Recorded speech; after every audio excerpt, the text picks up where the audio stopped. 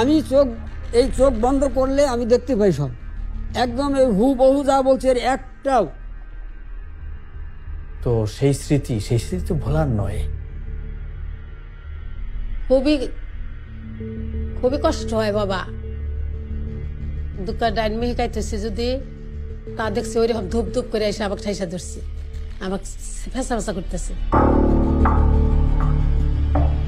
Genocide is a loaded word.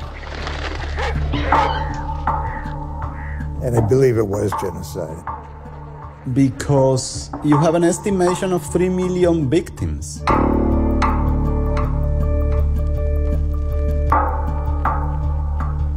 সেখানে দেখতে পেলে হাজার হাজার লাশ, 15 থেকে 20,000 হবে। পানির উপরে শুকনায় পড়ে আছে, কুকুরে, শিয়ালে, শকুনে ওদের লাশগুলো টানছে, বাঙালির লাশ। The smell that hit me was the smell of blood. It just stayed in the air. এটা কি পরিকল্পিত নাকি এটা একটা উন্মাদের কাজ? পরিবার সদস্য আত্মাহুতি দিয়েছে এই মুক্তিযুদ্ধে। ব্যাট ছাড়লাম, স্টেন গান হাতে নিলাম।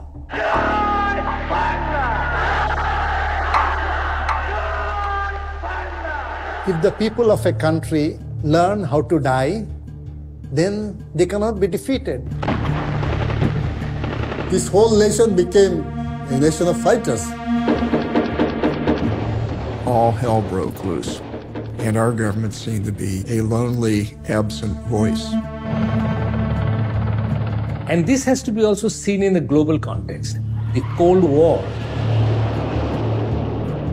This was high-stakes poker. It was to sober up, as they used to say, sober up. This is Gandhi. Do you think it can be stopped? Do you think people are going to sit aside and watch their women raped in front of them? This should be a lesson to all countries in the world. If you do genocide today, tomorrow you'll be finished.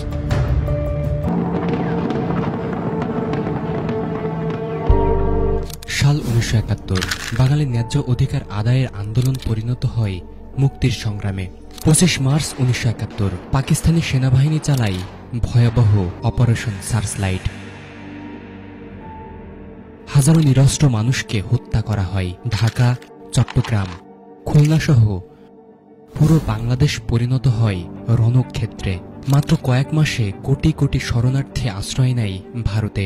Bharat মানবিক কারণে সীমান্ত খুলে দেয়, শরণার্থী শিবির স্থাপন করে, খাবার ও চিকিৎসার ব্যবস্থা করে দেয়। কিন্তু সেই সাথে শুরু হয় কূটনৈতিক প্রস্তুতি।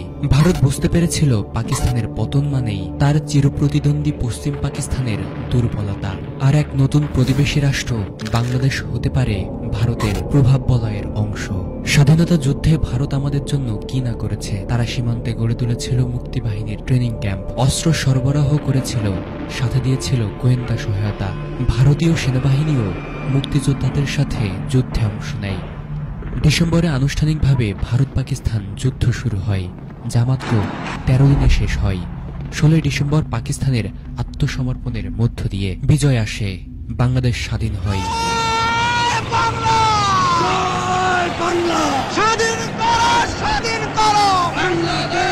কিন্তু সেই বিজয়ের সঙ্গে জড়িয়ে থাকে ভারতের রাজনৈতিক লাভ।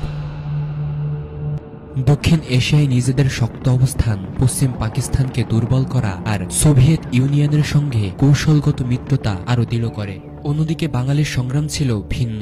তারা চেয়েছিল নিজেদের ভাষা, সংস্কৃতি, পরিচয়ের স্বাধীনতা। তাদের লক্ষ্য ছিল না কারোর সুবিধা দেওয়া, বরং নিজেদের জাতি হিসেবে প্রতিষ্ঠা করা। সত্যি বলতে ভারতের স্বার্থও ছিল বাঙালির মুক্তিও বাস্তব। কিন্তু এই কথা অস্বীকার করা যায় না, যে রক্ত ঝরিয়েছিল, যে মা সন্তান হারিয়েছিল, যে যুবক অস্ত্র হাতে দাঁড়িয়েছিল, তারা সবাই ছিল বাঙালি।